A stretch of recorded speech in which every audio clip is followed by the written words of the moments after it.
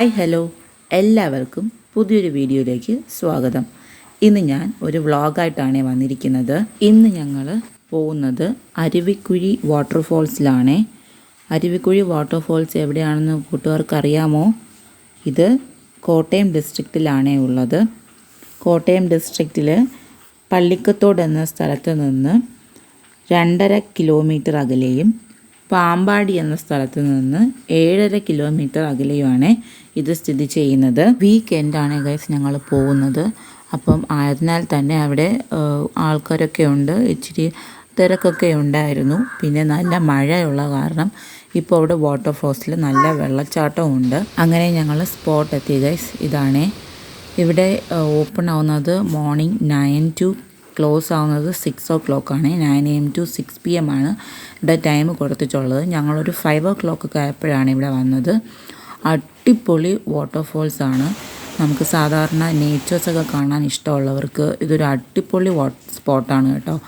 പ്രത്യേകിച്ചും ഇവിടെ വരാൻ വലിയ എക്സ്പെൻസ് ഒന്നുമില്ല. ഇവിടെ എൻട്രിക്ക് ചാർജ് ചെയ്യുന്നത് 26 റുപ്പീസാണ് കേട്ടോ.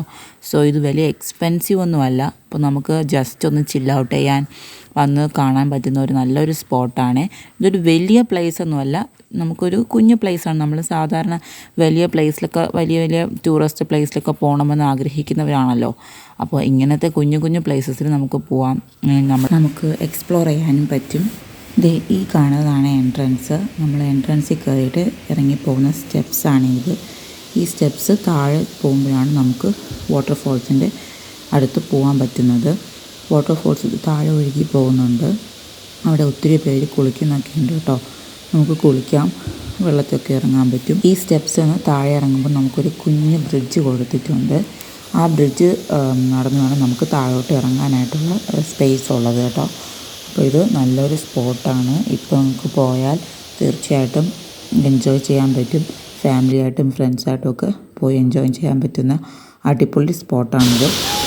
ഇതിന് പറയുന്നത് 5 പടികളിലായാണ് ഈ വെള്ളച്ചാട്ടം പതിക്കുന്നത് എന്നാണ് പറയുന്നത്. ഇത് 30 അടി ഉയരമുള്ള ഒരു വെള്ളച്ചാട്ടമാണ്. ഇത് റബ്ബർ തോട്ടങ്ങളുടെ നടുക്കാണ് ഈ വെള്ളച്ചാട്ടമുള്ളത്. ഇതിൻ്റെ ചുറ്റും റബ്ബർ തോട്ടമാണ് ഉള്ളത്. ഇത് കൂടുതലും മഴക്കാലം മാത്രമേ സജീവമാവുകയുള്ളൂ. വേനൽക്കാലമാകുമ്പോൾ മിക്കപ്പോഴും നദി വറ്റിപ്പോകാറുണ്ട് എന്നാണ് പറയപ്പെടുന്നത്. ഇതിൻ്റെ മുകളിൽ ഒരു ചർച്ചുണ്ട്, സെൻറ്റ് മേരീസ് ചർച്ച്. ഇതിൻ്റെ ടോപ്പിലായിട്ട് ഉണ്ട്. ഇതിപ്പം ഒഴുകി പോകുന്നതാണ് നമ്മളിപ്പോൾ കാണുന്നത്.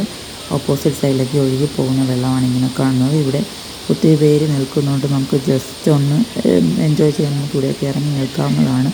പക്ഷെ ഒരു കാര്യം വെച്ചാൽ നല്ല ഒഴുക്കുള്ള വെള്ളമാണ്. അതുകൊണ്ട് കുഞ്ഞുങ്ങളായിട്ടൊക്കെ നമ്മൾ പോകുമ്പോൾ ഇച്ചിരി സൂക്ഷിക്കണമെന്നേ ഉള്ളൂ. അല്ലാതെ എൻജോയ് ചെയ്യാൻ പറ്റുന്ന നല്ലൊരു സ്പോട്ടാണ് കേട്ടോ ഇത്. ഈ കാണുന്നതാണ് ആ ബ്രിഡ്ജ്. ഇതിൽ കയറി നമ്മൾ ഈ ബ്രിഡ്ജ് ഇറങ്ങി വേണം നമ്മൾ ആ വെള്ളച്ചാട്ടത്തിൻ്റെ അടുത്ത് പോകാനായിട്ട്.